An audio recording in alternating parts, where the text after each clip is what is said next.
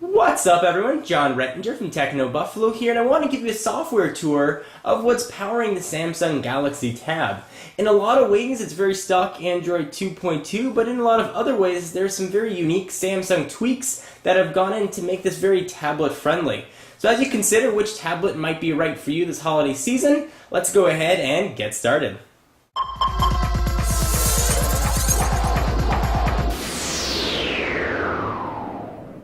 Alright, so let me preface this by saying this is the unlocked European version. When this is released in the US under all four major carriers, there will be some tweaks that are going to be made, so all these features that you see today may not actually make it to the carrier versions. Just want to give you a full disclaimer.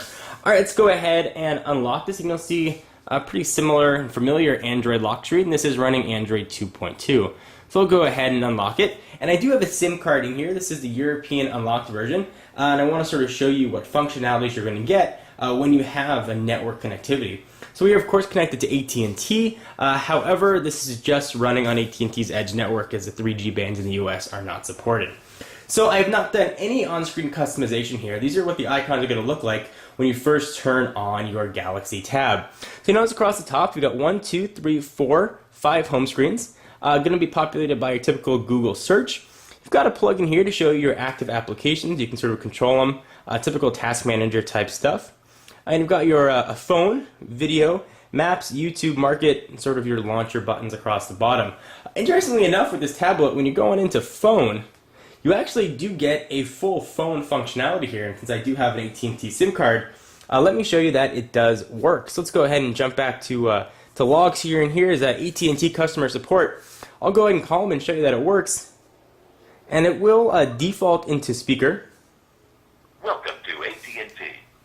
And you could go ahead and actually talk using the built-in mic there on the right. So you hear that it does work, and you can put this up to your head. I mean, it is just a big phone. Probably more realistic is that you may want to use this with Skype, although I doubt you're going to try and carry this in your pocket and use it as a phone. You do have the option. And sort of now that we're into the phone area, take a look at the customization that's been done here. So there is the dialer. You have a sort of default one for video call, which is going to launch a sort of a video call client, and if the person you're calling is compatible, it'll launch the front-facing 1.3 megapixel camera. Go ahead and view your logs and see who you just called. If they had a picture, it'll show up right there. You can email them directly. Go ahead and view all your contacts right here. I don't have any stored in here. If you have your contacts broken up by groups, and your favorites, you can tell this is European. By the way, favorites is spelled. So I'll go ahead and jump back home. So that's sort of what the phone functionality is going to look like. Let's go ahead and jump into application and take a look at some of the other tweaks. So this is going to look very familiar if you have a Galaxy S device. This is sort of the TouchWiz way they've encapsulated the icons. Instead of sort of the wheel scrolling you get in Android 2.2, everything is encapsulated and you scroll horizontally. So let's look at some of the tweaks we have here. Let's go ahead and jump right into and look at memos. Looks a little bit different, same functionality, just a little bit customized here for the Galaxy Tab. And this is a great time to actually show you what the keyboard is going to look like on the Galaxy Tab. So I'll go ahead and type memos here. We'll go ahead and start a new one. Keyboard looks very similar to what we see on an iPhone, just larger. Pretty responsive, and you are going to get sort of your same great Android autocorrect features if you decide to turn it on that you get on any Android device. If you want to hold it with two hands, it's pretty easy to type. And I have it set for haptic feedback. And it works relatively well. Of course, when you rotate it, you are going to get a landscape keyboard, which is a bit hard to stretch your thumbs out, but certainly usable. If you want to sort of type on it like this, like you can on an iPad, for example, you're going to have a bit of difficulty, especially if you have larger hands seeing the keys.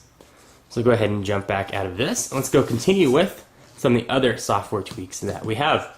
So we'll sort of continue this application tour, and you can see sort of what's going to be on here by default. Let's go ahead and look at calendar. This is sort of one of the things that Samsung heavily customized for tablet use. So you've got sort of your month view is going to come up by default, but you can customize what shows up. And all your events would show up down below. You can view which month you want to jump to right down at the very bottom. If you want to view all of your tasks for the day, you can jump on over to today. I don't have any, so nothing's going to show up.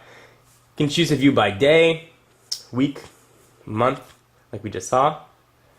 List view, don't have any, or today since I don't have anything in there. Nice customization job that Samsung's done. This looks to be very intuitive and user-friendly. I use calendar functionality all the time. If you want to use it as a business device, calendar functionality is going to be very important. We'll close out of this and jump back in and continue to look. We've got a music hub. So we'll go ahead and accept that as a disclaimer. So this is really only going to work in Europe, unfortunately, but it is a way for you to sort of download music. The carriers and Samsung have said this will not be present when it does launch in the US. So we'll go ahead and sort of continue this tour and look at what other tweaks we have here as well. So navigation, you do have Google Maps navigation here, of course. You've got some Samsung apps. And we're not sure whether or not all these are going to make it into to the US version, although the majority of them we assume will. So you got Blink Speed, NTV application, or Hottest QWERTY remote control. Let's go ahead and take a look at one of these here. You can see what it is. It's a free video app that delivers an endless riveting playlist of the most popular video. Sort of interest of time, I won't go and show you what each one of these are. You have to go ahead and install them. They're just download links. So we'll go ahead and go back here. News and weather, sort of a custom Samsung job. It'll sort of acquire your location and pull in your most recent news. Sort of a larger version of the news widget that you can get on the home screen. Go ahead and jump back home if it'll let me. Reader's Hub, this is where you would download ebooks. And it looks sort of familiar to what you'd see, say, on the iPad or sort of any nice graphical interface bookstore. So books, news, or magazines. It's powered by Kobo here if you want to buy books. Go ahead and agree to that very quickly.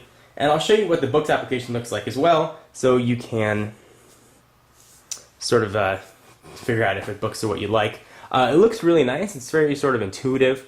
You can go ahead and view new releases and pick them up. Generally, books range anywhere from $2 all the way up to sort of $14 for new releases. Go back home here and check out the rest of the applications here. And actually, speaking of books, let me jump back in and sort of show you what the bookstore looks like here. So here's ebook, or actually what the your catalog of books is going to look like. You've got a shelf interface here. Sort of the default book that comes with this is The Marvelous Land of Oz. Now this does have a higher sort of pixel density than the iPhone, so you'd expect, or than the iPad rather, so you'd expect text to really pop despite its smaller screen. And I will say that it's very readable text. It looks very good. Not necessarily as good as, say, e-ink will, but it is definitely more readable than something like the iPad. There's also less glare in direct sunlight. And as you go ahead and go from page to page, you sort of get a very familiar animation look. You even get a little bit of a noise as you go through it. It's not as fast as I would like, but you could go through and read a book with relative ease. And it's a nice size to go ahead and continue reading. You can go ahead and tap the side if you want to go back or forward a page.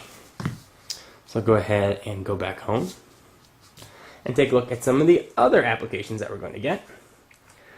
So you've got sort of an open office application. Let's go ahead and jump into YouTube. It's going to look very familiar, typical YouTube player.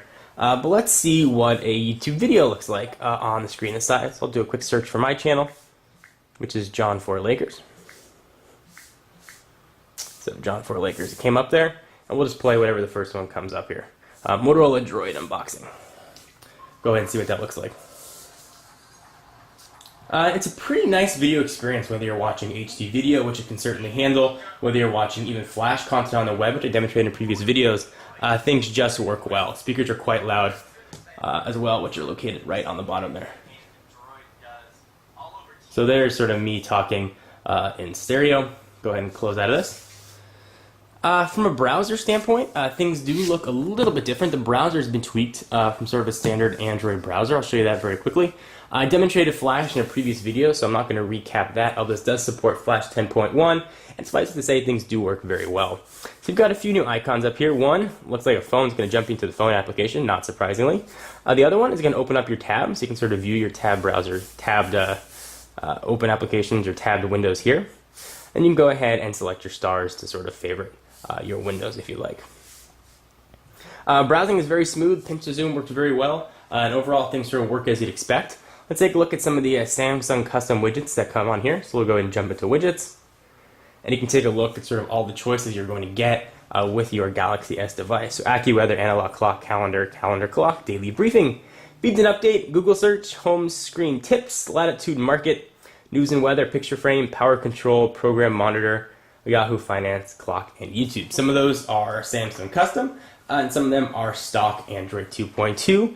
And of course, you are also going to have sort of that same wallpaper that you had before, including live wallpapers. So you can sort of pick what's here. There really aren't anything custom, but the live wallpapers are indeed present.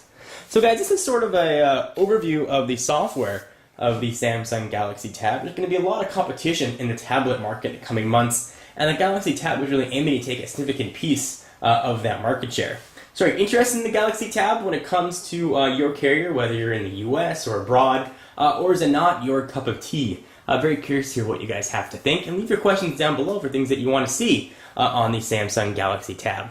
I'm John Rettinger from Techno Buffalo. Be sure to check out the website for all your tech news and for exclusive content. Check me out at Twitter, twitter.com/JohnForLakers. I'm John Rettinger, and I'll see you in the next video. Bye-bye.